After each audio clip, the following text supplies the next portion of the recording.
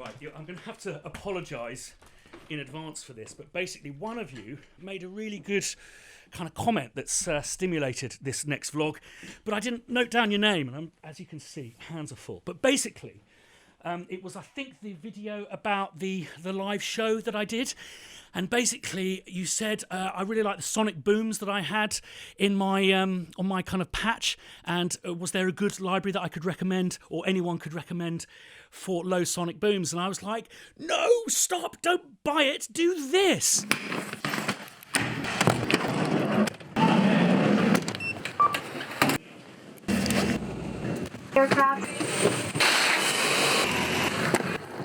Thank you very much.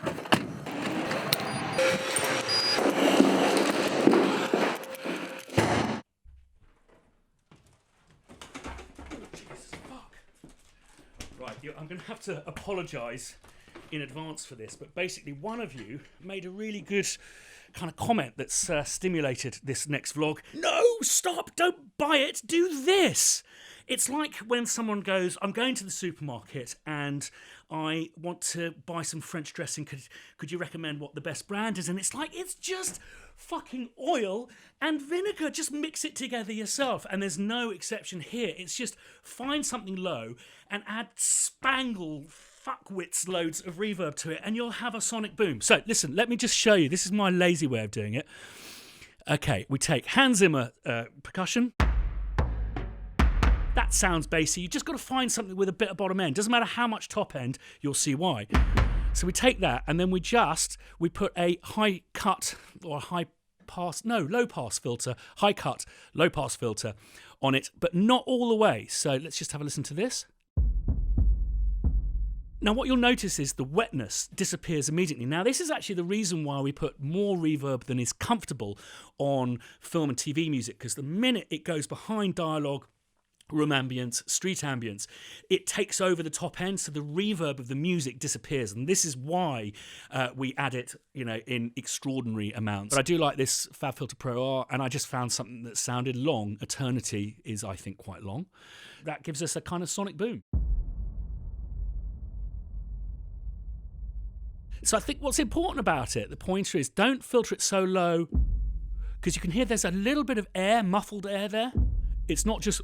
It's got a bit of air, and then that's what reverberates, and the reverb adds in a bit of kind of top end to it, which I think is important. And obviously just resample that. What you can do is pitch it down directly. So let's try it down 4. Or even lower. Eventually lose the very bottom because it goes below hearing. Anything with a bit of bottom end, even if it's really toppy, as Oliver here demonstrates. Now, Oliver, it's just one of those rare talents that you discover about people. I found out that there's this guy, he's a friend of mine who's become a hugely successful film composer of late. Turns out, really good at salsa dancing. I can do contrapalmas with my tongue. Oliver's hidden talent is sonic booms. He's just bloody brilliant at them, and this is how he makes them. Hi Christian, here is my approach in making low sonic booms. I usually start with an audio file, either from a sample library or making them and recording them myself. So I've just recorded 3 different audio files just to demonstrate. So these shells here, the egg shaker, and then I smashed the lids of my piano against the piano itself. So here is how they sound. The shells, the egg shaker, and the piano lid. Look for the strength of the audio file, or like for the strong frequencies, and I'm trying to bring those out with an EQ plugin. So in this hit example number 1, just enhancing it and taking off the high ends because we want to make some low boomy stuff. It's quite cool. Compressor. I usually start by using a preset, and here the Logic compressor is fine, and here slammed kick is quite suitable. So usually the ratio is quite high, and then I just make sure the compressor kicks in a little bit and I add some gain. without. Has less power, so that's perfect. And then very important for these boomy hits is of course the reverb. And I'm adding 2 different reverbs. Number 1 is the UAD Lexicon 224, large whole B, fairly long, 5.7 and 4.6. Then the second one is also UAD Lexicon.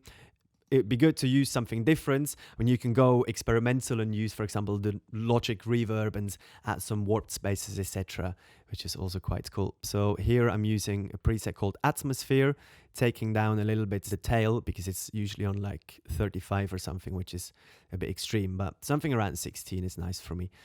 And yeah, let's have a listen.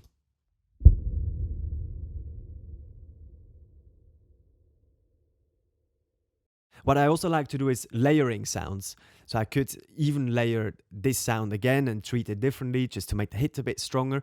But here I would like to have something on the top end to bring a little bit of character into the sounds. And here I'm using the shells stretched. So here I'm just holding down Alt, and then this icon appears, and I can click and pull to the left or right side, and it makes the sound shorter or longer. So again, here it is unprocessed, and then here it is stretched. So it starts being a bit grainy. I don't like some of the very top ends there. So I'm applying an EQ and applying distortion again quite a lot to bring out that graininess that I've achieved through stretching the sounds. And then again, just applying a similar amount of reverb to put this sound into the same room as my low boom. And then together.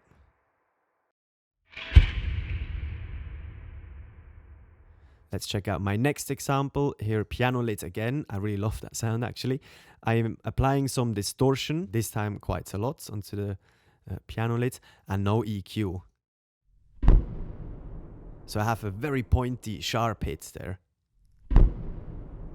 Compressor as well, and my reverb send. Again, here the shells. This time I reverse it. Again, distortion on there as well, and together.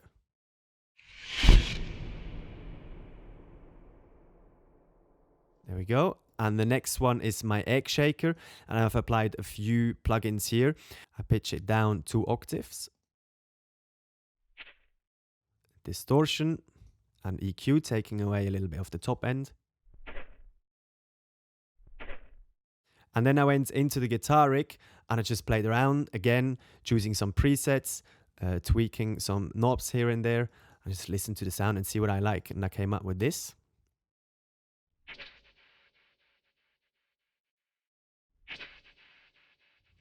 I like it.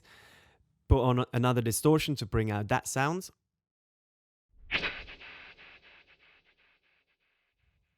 And then of course the reverbs.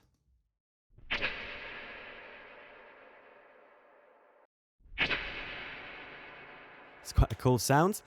And then for the next one, I've used, as I already said before, I'm sometimes using library stuff. So here I've used the Hans Zimmer piano library. And I'm using a hit like this. And I bounce it out. So up here, bounce regions, because I prefer to work with the audio file when I put so many plugins and when I need to move it, etc. So here again, I'm just after that very low boom there. And I want to filter out the tonality of the sound. And I just want to get that oomph on the bottom end. Let's just hear how it sounds with the EQ. That's really lovely already. And then add some extra reverb.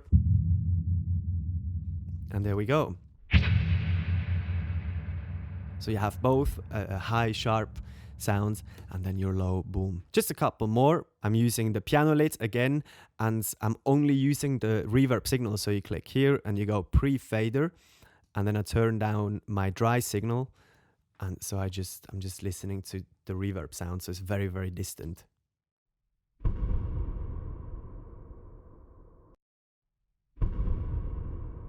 If you would like different dynamic layers, usually what I do is I just apply an EQ that filters out a little bit the high ends.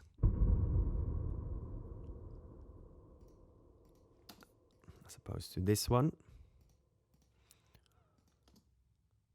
Could probably take out a little more on the second one.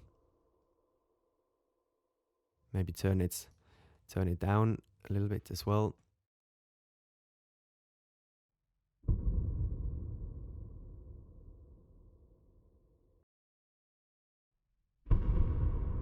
And there you've got your two different strength hits. I'm using a similar thing, but putting an AU pitch on, pitching it down here, an octave, and filtering out the EQ. Here's a really, really low, subtle boom. Again, pre-fader, so we're only listening to the reverb signal. And I really like using the anvil. So let me just show you the dry hit. Again, I'm bouncing it out and I'm isolating the sounds here. So I have no low ends there. I'm pitching it down 2 octaves and reverb. And together with that soft low boom, it sounds like this. Probably need to work on it and line it up a tiny little bit. Cool. I'll see you soon. So thanks, Oliver, for that less lazy way of making sonic booms. Apologies again to the contributor who made the original comment. I'll pin it to the top of that video as a kind of consolation for not noting your name down. Apologies, but I hope it's worth it because I hope I've saved you a few quid. Right, back to Edinburgh.